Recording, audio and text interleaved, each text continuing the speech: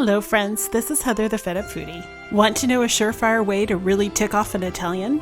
Show them this creamy Alfredo sauce recipe. In all seriousness though, truly authentic Alfredo sauce is made with just butter, Parmesan, and hot pasta. This very much Americanized Alfredo sauce has the addition of heavy cream.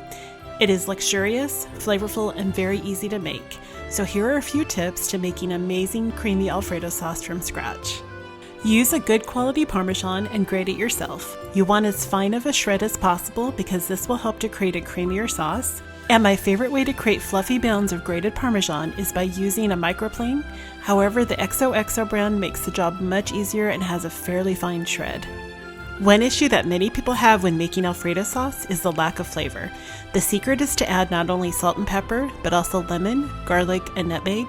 Adding these ingredients to the melted butter over a medium-low heat and cooking for 1 minute will infuse the butter with a warm, savory, and brightness that is irresistible. The next step is to whisk in the cream and then simmer for about 4 to 5 minutes. The beauty of this recipe though is that you can use heavy whipping cream, half and half, whole milk, or any percentage of your choosing.